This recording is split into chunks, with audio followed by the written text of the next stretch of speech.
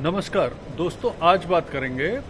जो कनाडा में हाल में ही चुनाव हुए हैं और उसमें मार्क कार्ने की जो लिबरल पार्टी है उसने बढ़त हासिल की है और जो पियरे पोलिवियर हैं उनकी कंजर्वेटिव पार्टी को नुकसान हो रहा है उसके बारे में बात करते हैं और समझने की कोशिश करते हैं कि आखिर ऐसा क्यों हुआ।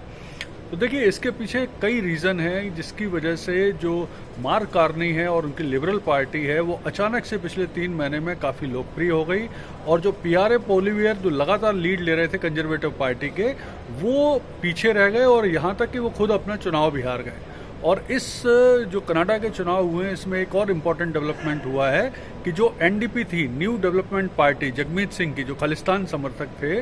उनकी भी हार हो गई है। वो तीसरे नंबर पर आए हैं अपने उसमें। तो अब देखते हैं इन सारी चीज़ों से कि जब मार्क कार्ने पुनः प्रधानमंत्री बनेंगे तो इससे भारत के संबंधों पर क्या असर होगा और साथ में ही अचानक ऐसा क्या हुआ कि मार्क कार्ने दूसरों से आगे निकल गए। तो देखिए, 3-4 महीने पहले की अगर हम बात करें तो जब जस्टिन ट्रूडो प्रधानमंत्री थे तो उस समय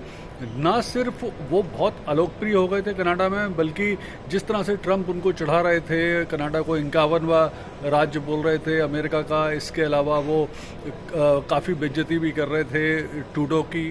तो फिर ट्रूडो के भारत के साथ भी संबंध खराब थे। तो स्थिति यहाँ तक बन गई थी कि उन्होंने इस्तीफा दिया और इस्तीफा देने के बाद मार्क कार्नी जो कि एक बड़े अर्थशास्त्री हैं वो उनको प्रधानमंत्री बनाया। मार्क कार्ने ने अमेरिकी राष्ट्रपति का मुकाबला बहुत अच्छी तरह से किया और यहाँ पर जो पियरे पोलिवियर हैं कंजर्वेटिव पार्टी के, जो बहुत बढ़िया लीड ले रहे थे, उन्होंने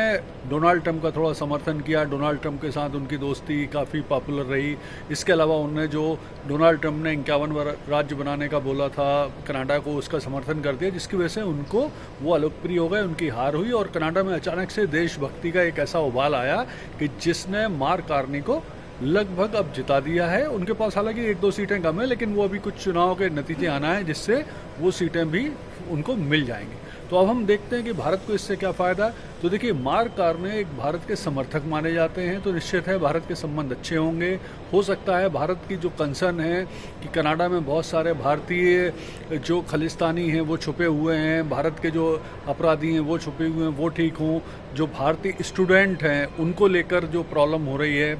उनके जो वीज़ा को लेके कंसर्न हो रहे हैं, जो बहुत सारी जो जस्टिन ट्रूडो के समय भारत के संबंध खराब हुए हैं, तो वो भी बेहतर हो सकते हैं। इसके अलावा मार्क कार्नी ने जस्टिन ट्रूडो, मार्क कार्नी जिस तरह से ट्रंप के साथ लड़ने के लिए तैयार हैं और उन्होंने एक देशभक्ति पुनः आरंभ की है कनाडा में, तो उससे मुझे लगता है कि और फ़ायदा भविष्य में हो सकता है। और सबसे बड़ी चीज़ तो ये है कि भारत, जिस तरह से प्रधानमंत्री जी ने अभी मार्क कार्नी को बधाई दी है, तो मुझे ऐसी पूरी संभावना लग रही है कि शायद कार्नी भारत के साथ संबंध सुधारने पर ध्यान देंगे, वो जो कनाडा की आर्थिक समस्याएं हैं उन्हें दूर करने पर ध्यान देंगे,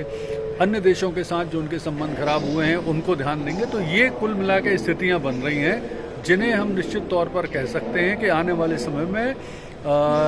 मार्क कार्नी के कारण कनाडा की आर्थिक स्थिति भी सही होगी और भारत के साथ भी संबंध बेहतर हो सकते हैं। धन्यवाद।